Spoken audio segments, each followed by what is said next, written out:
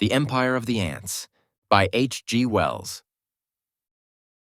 When Captain Gérillot received instructions to take his new gunboat, the Benjamin Constant, to Badama on the Batemo arm of the Guaramadema and there assist the inhabitants against a plague of ants, he suspected the authorities of mockery.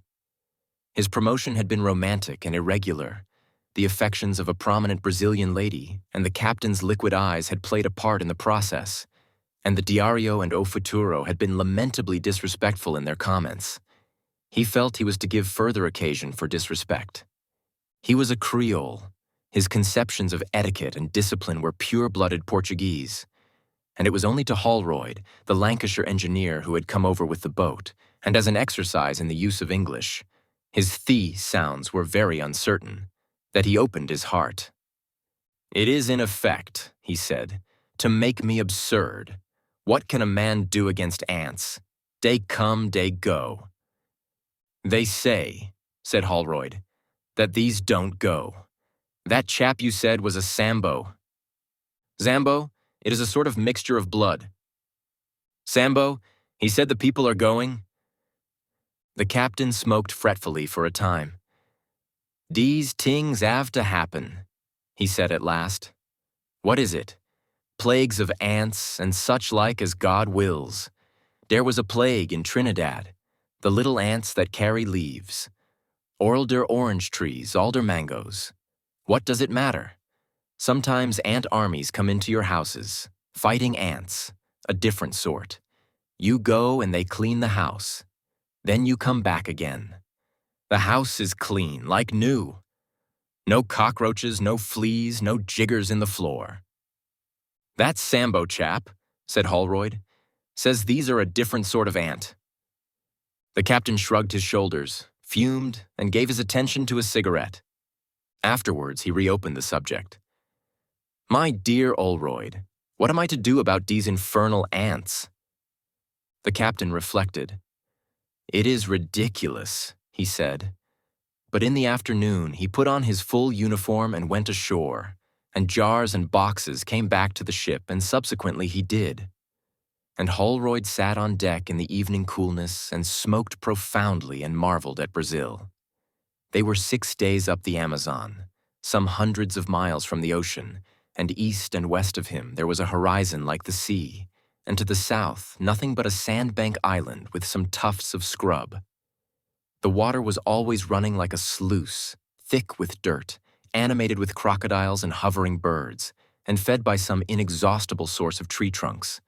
And the waste of it, the headlong waste of it, filled his soul.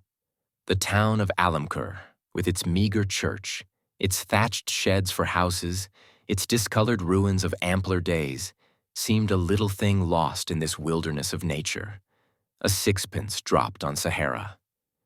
He was a young man. This was his first sight of the tropics. He came straight from England, where nature is hedged, ditched, and drained into the perfection of submission. And he had suddenly discovered the insignificance of man. For 6 days they had been steaming up from the sea by unfrequented channels, and man had been as a rare butterfly. One saw one day a canoe, another day a distant station, the next no men at all. He began to perceive that man is indeed a rare animal, having but a precarious hold upon this land. He perceived it more clearly as the days passed, and he made his devious way to the Batemo in the company of this remarkable commander, who ruled over one big gun and was forbidden to waste his ammunition. Holroyd was learning Spanish industriously, but he was still in the present tense and substantive stage of speech, and the only other person who had any words of English was a Negro stoker, who had them all wrong. The second in command was a Portuguese da Cunha who spoke French, but it was a different sort of French from the French Holroyd had learnt in Southport, and their intercourse was confined to politenesses and simple propositions about the weather. And the weather, like everything else in this amazing new world, the weather had no human aspect, and was hot by night and hot by day. And the air steam, even the wind was hot steam, smelling of vegetation in decay. And the alligators and the strange birds, the flies of many sorts and sizes, The beetles, the ants, the snakes and monkeys seemed to wonder what man was doing in an atmosphere that had no gladness in its sunshine and no coolness in its night. To wear clothing was intolerable, but to cast it aside was to scorch by day and expose an ampler area to the mosquitoes by night. To go on deck by day was to be blinded by glare, and to stay below was to suffocate. And in the daytime came certain flies, extremely clever and noxious about one's wrist and ankle. Captain Gérillot, who was Holroyd's sole distraction from these physical distresses, developed into a formidable bore, telling the simple story of his heart's affections day by day, a string of anonymous women, as if he was telling beads. Sometimes he suggested sport, and they shot at alligators, and at rare intervals they came to human aggregations in the waste of trees, and stayed for a day or so, and drank and sat about, and, one night, danced with Creole girls, who found Holroyd's poor elements of Spanish, without either past tense or future, amply sufficient for their purposes. But these were mere luminous chinks in the long gray passage of the streaming river, up which the throbbing engines beat. A certain liberal heathen deity, in the shape of a demijohn, held seductive court aft and, it is probable, forward. But Gérillot learnt things about the ants, more things and more, at this stopping place and that, and became interested in his mission. "They are a new sort of ant," he said. "We have got to be, what do you call it? Entomology. Big. 5 centimeters, some bigger. It is ridiculous. We are like the monkeys, sent to pick insects. But they are eating up the country." He burst out indignantly. "Suppose, suddenly there are complications with Europe. Here am I. Soon we shall be above the Rio Negro, and my gun, useless." He nursed his knee and mused. "Those people who were there at the dancing place, they have come down. They have lost all they got. The ants come to their house one afternoon. Everyone run out. You know when the ants come one must. Everyone runs out and they go over the house. If you stayed, they'd eat you. See? Well, presently they go back. They say, the ants have gone. The ants haven't gone. They try to go in. The son, he goes in. The ants fight. Swarm over him, bite him. Presently he comes out again, screaming and running. He runs past them to the river. See? He gets into the water and drowns the ants." Yes. Gérillot paused, brought his liquid eyes close to Holroyd's face, tapped Holroyd's knee with his knuckle. "That night he dies, just as if he was stung by a snake." "Poisoned? By the ants? Who knows?" Gérillot shrugged his shoulders. "Perhaps they bit him badly.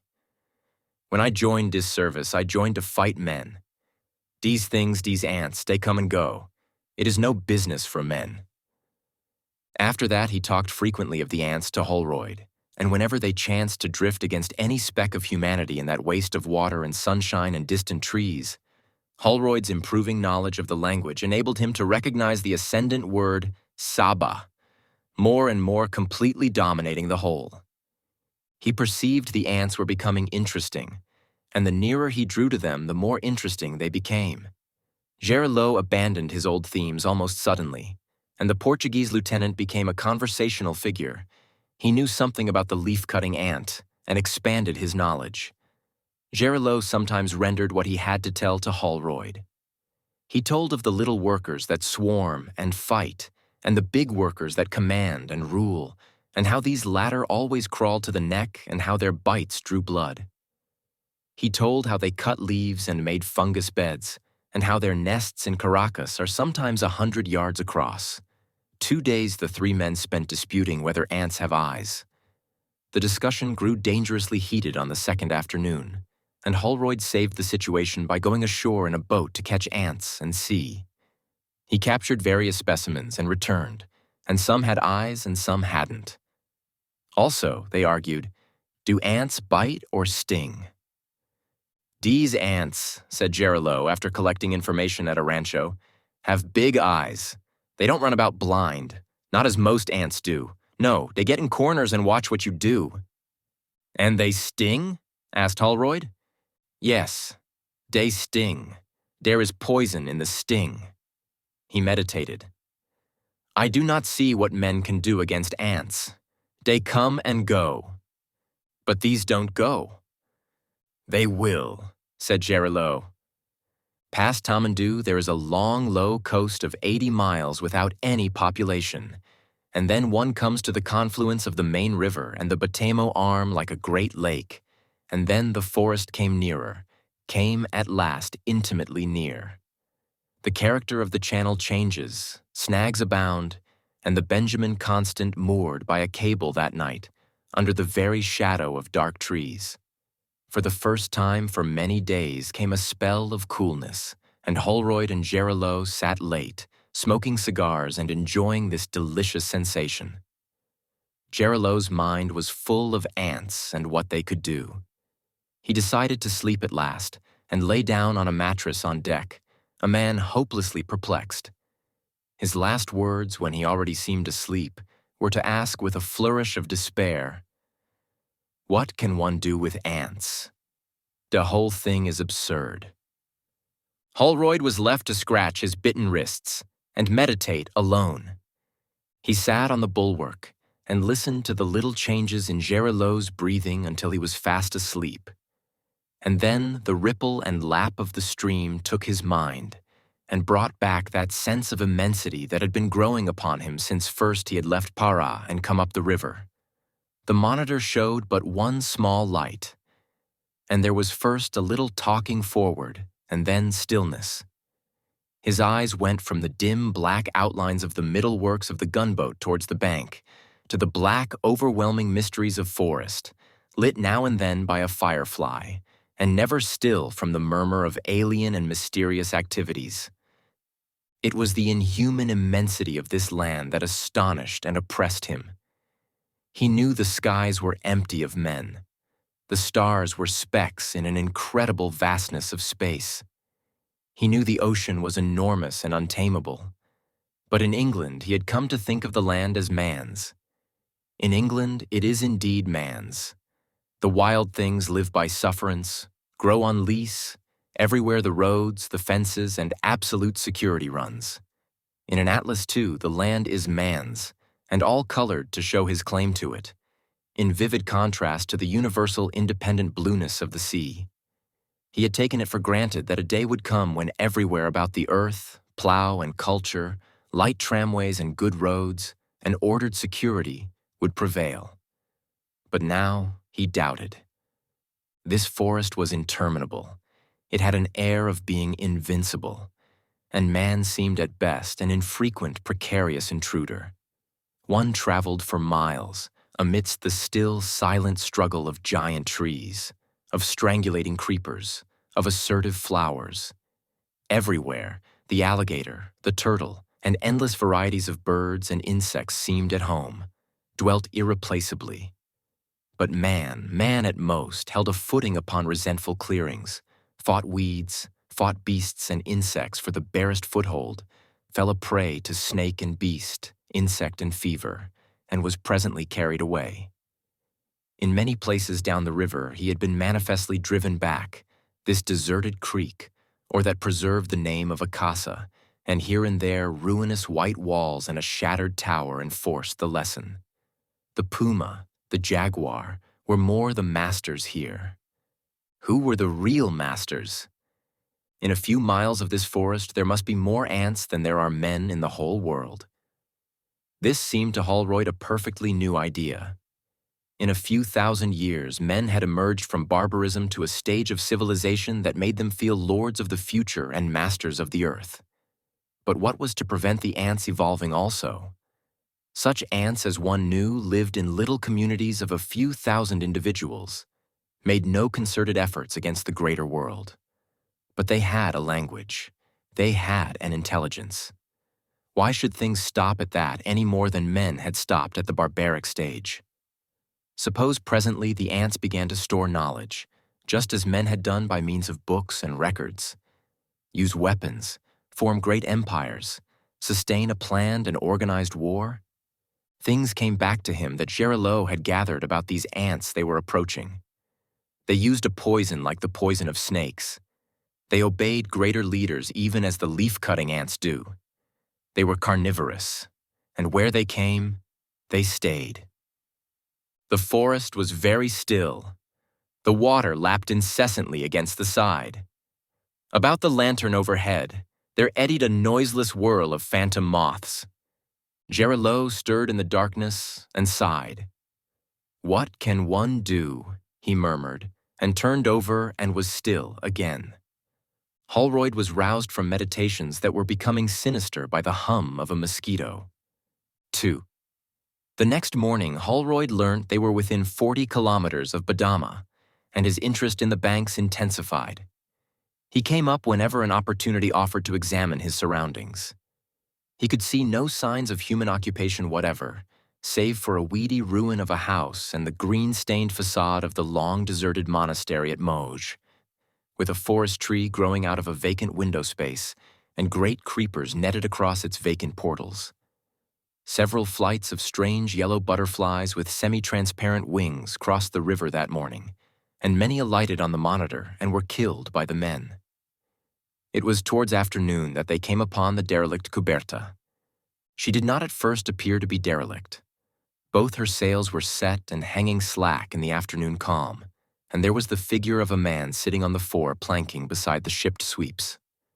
Another man appeared to be sleeping face downwards on the sort of longitudinal bridge these big canoes have in the waist. But it was presently apparent, from the sway of her rudder and the way she drifted into the course of the gunboat, that something was out of order with her. Gerilot surveyed her through a field glass and became interested in the queer darkness of the face of the sitting man. A red-faced man he seemed, without a nose. Crouching he was rather than sitting, and the longer the captain looked, the less he liked to look at him, and the less able he was to take his glasses away. But he did so at last, and went a little way to call up Holroyd. Then he went back to hail the Couberta. He hailed her again, and so she drove past him. Santa Rosa stood out clearly as her name. As she came by and into the wake of the monitor, she pitched a little, and suddenly the figure of the crouching man collapsed as though all its joints had given way. His hat fell off, his head was not nice to look at, and his body flopped lax and rolled out of sight behind the bulwarks. "Caramba!" cried Gerilot, and resorted to Holroyd forthwith. Holroyd was halfway up the companion. "Did you see dat?" said the captain. "Dead," said Holroyd. "Yes. You'd better send a boat aboard. There's something wrong." "Did you, by any chance, see his face?" "What was it like?" "It was...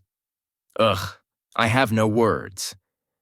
And the captain suddenly turned his back on Holroyd and became an active and strident commander. The gunboat came about, steamed parallel to the erratic course of the canoe, and dropped the boat with Lieutenant D'Acunha and 3 sailors to board her. Then the curiosity of the captain made him draw up almost alongside as the lieutenant got aboard, so that the whole of the Santa Rosa, deck and hold, was visible to Holroyd. He saw now clearly that the sole crew of the vessel was these 2 dead men, and though he could not see their faces, he saw by their outstretched hands, which were all of ragged flesh, that they had been subjected to some strange, exceptional process of decay. For a moment, his attention concentrated on those 2 enigmatical bundles of dirty clothes and laxly flung limbs, and then his eyes went forward to discover the open hold piled high with trunks and cases, and aft, to where the little cabin gaped inexplicably empty. Then he became aware that the planks of the middle decking were dotted with moving black specks. His attention was riveted by these specks. They were all walking in directions radiating from the fallen man in a manner. The image came unsought to his mind, like the crowd dispersing from a bullfight. He became aware of Gerilot beside him. "Capo," he said, "have you your glasses?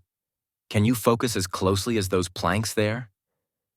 Gerilot made an effort, grunted, and handed him the glasses. There followed a moment of scrutiny. "It's ants," said the Englishman, and handed the focused field glass back to Gerilot. His impression of them was of a crowd of large black ants, very like ordinary ants except for their size, and for the fact that some of the larger of them bore a sort of clothing of gray. But at the time, his inspection was too brief for particulars. The head of Lieutenant da Cunha appeared over the side of the Cuberta, and a brief colloquy ensued. "You must go aboard," said Gerillo. The lieutenant objected that the boat was full of ants. "You have your boots," said Gerillo. The lieutenant changed the subject. "How did these men die?" he asked. Captain Gerillo embarked upon speculations that Holroyd could not follow, and the two men disputed with a certain increasing vehemence. Holroyd took up the field glass and resumed his scrutiny, first of the ants and then of the dead man amidships. He has described these ants to me very particularly. He says they were as large as any ants he has ever seen, black and moving with a steady deliberation very different from the mechanical fussiness of the common ant. About 1 in 20 was much larger than its fellows, and with an exceptionally large head. These reminded him at once of the master workers who are said to rule over the leafcutter ants. Like them, they seemed to be directing and coordinating the general movements. They tilted their bodies back in a manner altogether singular, as if they made some use of the forefeet. And he had a curious fancy that he was too far off to verify, that most of these ants of both kinds were wearing accoutrements, had things strapped about their bodies by bright white bands like white metal threads. He put down the glasses abruptly, realizing that the question of discipline between the captain and his subordinate had become acute. "It is your duty," said the captain, "to go aboard. It is my instructions." The lieutenant seemed on the verge of refusing. The head of one of the mulatto sailors appeared beside him. "I believe these men were killed by the ants," said Holroyd abruptly in English. The captain burst into a rage. He made no answer to Holroyd. "I have commanded you to go aboard," he screamed to his subordinate in Portuguese. "If you do not go aboard forthwith, it is mutiny, rank mutiny, mutiny and cowardice. Where is the courage that should animate us? I will have you in irons. I will have you shot like a dog." He began a torrent of abuse and curses. He danced to and fro. He shook his fists. He behaved as if beside himself with rage, and the lieutenant, white and still, stood looking at him. The crew appeared forward, with amazed faces. Suddenly, in a pause of this outbreak, the lieutenant came to some heroic decision, saluted, drew himself together, and clambered upon the deck of the Cuberta. "Ah," said Gerillo, and his mouth shut like a trap. Holroyd saw the ants retreating before da Cunha's boots. The Portuguese walked slowly to the fallen man, stooped down, hesitated, clutched his coat, and turned him over. A black swarm of ants rushed out of the clothes, and da Cunha stepped back very quickly and trod 2 or 3 times on the deck. Holroyd put up the glasses. He saw the scattered ants about the invaders' feet, and doing what he had never seen ants doing before. They had nothing of the blind movements of the common ant. They were looking at him, as a rallying crowd of men might look at some gigantic monster that had dispersed it. "How did he die?" the captain shouted. Holroyd understood the Portuguese to say the body was too much eaten to tell. "What is there forward?" asked Gerillo. The lieutenant walked a few paces and began his answer in Portuguese.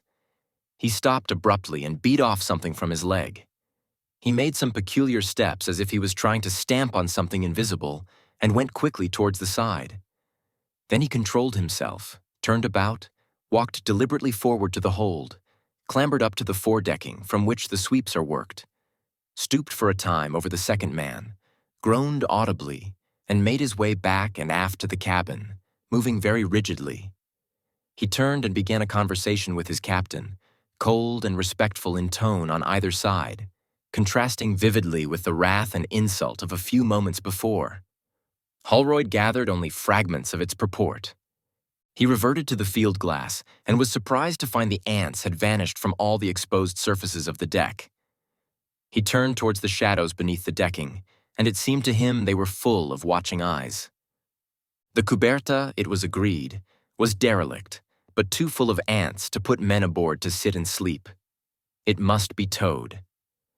The lieutenant went forward to take in and adjust the cable, and the men in the boat stood up to be ready to help him. Holroyd's glasses searched the canoe. He became more and more impressed by the fact that a great if minute and furtive activity was going on. He perceived that a number of gigantic ants, they seemed nearly a couple of inches in length, carrying oddly shaped burthens for which he could imagine no use, were moving in rushes from one point of obscurity to another. They did not move in columns across the exposed places, but in open, spaced-out lines, oddly suggestive of the rushes of modern infantry advancing under fire. A number were taking cover under the dead man's clothes, and a perfect swarm was gathering along the side over which Da Cunha must presently go. He did not see them actually rush for the lieutenant as he returned, but he has no doubt they did make a concerted rush. Suddenly, the lieutenant was shouting and cursing and beating at his legs. "I'm stung," he shouted, with a face of hate and accusation towards Geriot. Then he vanished over the side, dropped into his boat, and plunged at once into the water. Holroyd heard the splash. The 3 men in the boat pulled him out and brought him aboard, and that night, he died. 3rd. Holroyd and the captain came out of the cabin in which the swollen and contorted body of the lieutenant lay and stood together at the stern of the Monitor, staring at the sinister vessel they trailed behind them. It was a close, dark night that had only phantom flickerings of sheet lightning to illuminate it. The Cuberta, a vague black triangle, rocked about in the steamer's wake, her sails bobbing and flapping, and the black smoke from the funnels, spark-lit ever and again, streamed over her swaying masts. Geriot's mind was inclined to run on the unkind things the lieutenant had said in the heat of his last fever. "He says I murdered him," he protested. "It is simply absurd. Someone had to go aboard. Are we to run away from these confounded ants whenever they show up?" Holroyd said nothing. He was thinking of a disciplined rush of little black shapes across bare sunlit planking. "It was his place to go," harped Geriot. "He died in the execution of his duty. What has he to complain of? Murdered. But the poor fellow was... what is it? Demented. He was not in his right mind. The poison swelled him. They came to a long silence. "We will sink that canoe. Burn it." "And then?" The inquiry irritated Geriot. His shoulders went up. His hands flew out at right angles from his body. "What is one to do?" he said, his voice going up to an angry squeak. "Anyhow," he broke out vindictively, "every ant in that Cuberta, I will burn them alive." Holroyd was not moved to conversation. A distant ululation of howling monkeys filled the sultry night with foreboding sounds, and as the gunboat drew near the black, mysterious banks, this was reinforced by a depressing clamor of frogs. "What is one to do?" the captain repeated after a vast interval, and suddenly becoming active and savage and blasphemous, decided to burn the Santa Rosa without further delay. Everyone aboard was pleased by that idea. Everyone helped with zest. They pulled in the cable, cut it, and dropped the boat and fired her with tow and kerosene, and soon the Cuberta was crackling and flaring merrily amidst the immensities of the tropical night. Holroyd watched the mounting yellow flare against the blackness and the livid flashes of sheet lightning that came and went above the forest summits, throwing them into momentary silhouette, and his stoker stood behind him watching also. The stoker was stirred to the depths of his linguistics. "Saba go pop, pop," he said. "Wow," and laughed richly. But Holroyd was thinking that these little creatures on the decked canoe had also eyes and brains. The whole thing impressed him as incredibly foolish and wrong, but what was one to do? This question came back enormously reinforced on the morrow, when at last the gunboat reached Badama. This place, with its leaf-thatch-covered houses and sheds, its creeper-invaded sugar mill, its little jetty of timber and canes, was very still in the morning heat, and showed never a sign of living men. Whatever ants there were at that distance were too small to see. "All the people have gone," said Gerillo, "but we will do one thing anyhow. We will oot and whistle." So Holroyd hooted and whistled. Then the captain fell into a doubting fit of the worst kind. "There is one thing we can do," he said presently. "What's that?" said Holroyd. "Oot and whistle again." So they did. The captain walked his deck and gesticulated to himself. He seemed to have many things on his mind. Fragments of speeches came from his lips. He appeared to be addressing some imaginary public tribunal, either in Spanish or Portuguese. Holroyd's improving ear detected something about ammunition. He came out of these preoccupations suddenly into English. "My dear Holroyd," he cried, and broke off with, "But what can one do?" They took the boat and the field glasses and went close in to examine the place. They made out a number of big ants, whose still postures had a certain effect of watching them, dotted about the edge of the rude embarkation jetty. Gerillo tried ineffectual pistol shots at these. Holroyd thinks he distinguished curious earthworks running between the nearer houses that may have been the work of the insect conquerors of those human habitations. The explorers pulled past the jetty and became aware of a human skeleton wearing a loincloth, and very bright and clean and shining lying beyond. They came to a pause regarding this. "I have all dose lives to consider," said Gerillo suddenly. Holroyd turned and stared at the captain, realizing slowly that he referred to the unappetizing mixture of races that constituted his crew. To send a landing party, it is impossible. Impossible. They will be poisoned, they will swell up and abuse me and die. It is totally impossible. If we land, I must land alone, in thick boots and with my life in my hand. Perhaps I should live. Or again, I might not land. I do not know. I do not know. Holroyd thought he did, but he said nothing. "The whole thing," said Gerillo suddenly, "has been got up to make me ridiculous. The whole thing." They paddled about and regarded the clean white skeleton from various points of view, and then they returned to the gunboat. Then Gerillo's indecisions became terrible. Steam was got up, and in the afternoon the Monitor went on up the river with an air of going to ask somebody something, and by sunset came back again and anchored.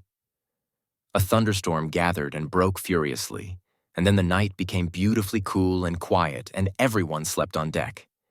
Except Gerillo, who tossed about and muttered.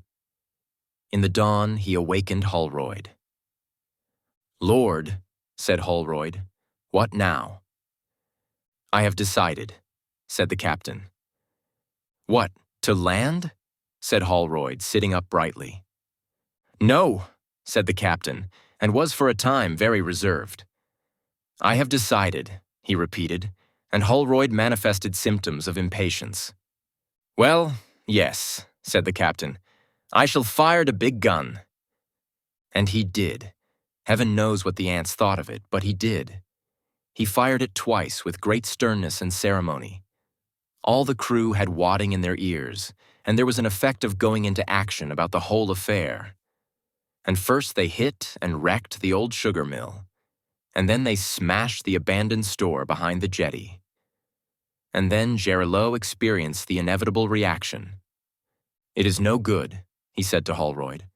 "No good at all. No sort of bally good. We must go back, for instructions. There will be the devil of a row about this ammunition. Oh, the devil of a row. You don't know, Holroyd." He stood regarding the world in infinite perplexity for a space. "But what else was there to do?" he cried. In the afternoon, the Monitor started downstream again, and in the evening, a landing party took the body of the lieutenant and buried it on the bank upon which the new ants have so far not appeared. Fourth, I heard this story in a fragmentary state from Holroyd not 3 weeks ago. These new ants have got into his brain, and he has come back to England with the idea, as he says, of exciting people about them before it is too late. He says they threaten British Guiana, which cannot be much over a trifle of 1,000 miles from their present sphere of activity, and that the Colonial Office ought to get to work upon them at once. He declaims with great passion, "These are intelligent ants." Just think what that means. There can be no doubt they are a serious pest, and that the Brazilian government is well advised in offering a prize of £500 for some effectual method of extirpation. It is certain, too, that since they first appeared in the hills beyond Badama about 3 years ago, they have achieved extraordinary conquests. The whole of the south bank of the Batamo River, for nearly 60 miles, they have in their effectual occupation. They have driven men out completely, occupied plantations and settlements, and boarded and captured at least one ship. It is even said they have in some inexplicable way bridged the very considerable Capuarana arm and pushed many miles towards the Amazon itself. There can be little doubt that they are far more reasonable and with a far better social organization than any previously known ant species. Instead of being in dispersed societies, they are organized into what is in effect a single nation. But their peculiar and immediate formidableness lies not so much in this as in the intelligent use they make of poison against their larger enemies. It would seem this poison of theirs is closely akin to snake poison, and it is highly probable they actually manufacture it, and that the larger individuals among them carry the needle-like crystals of it in their attacks upon men. Of course, it is extremely difficult to get any detailed information about these new competitors for the sovereignty of the globe. No eyewitnesses of their activity, except for such glimpses as Holroyd's, have survived the encounter. The most extraordinary legends of their prowess and capacity are in circulation in the region of the upper Amazon, and grow daily as the steady advance of the invaders stimulates men's imaginations through their fears. These strange little creatures are credited not only with the use of implements and a knowledge of fire and metals, and with organized feats of engineering that stagger our northern minds, unused as we are to such feats as that of the Salbas of Rio de Janeiro, who in 1841 drove a tunnel under the Parahyba where it is as wide as the Thames at London Bridge, but with an organized and detailed method of record and communication analogous to our books. So far, their action has been a steady, progressive settlement, involving the flight or slaughter of every human being in the new areas they invade. They are increasing rapidly in numbers, and Holroyd at least is firmly convinced that they will finally dispossess man over the whole of tropical South America. And why should they stop at tropical South America? Well, there they are anyhow. By 1911 or thereabouts, if they go on as they are going, they ought to strike the Capuarana Extension Railway and force themselves upon the attention of the European capitalist. By 1920, they will be halfway down the Amazon. I fix 1950 or 60 at the latest for the discovery of Europe. The end. Best Audiobooks for Free hopes that you have enjoyed this production of The Empire of the Ants by H.G. Wells. Please subscribe to our channel on YouTube and Rumble, as your subscription is the support we need to create more great free content. Please look to our website at bestaudiobooksforfree.com for a complete list of our audiobooks.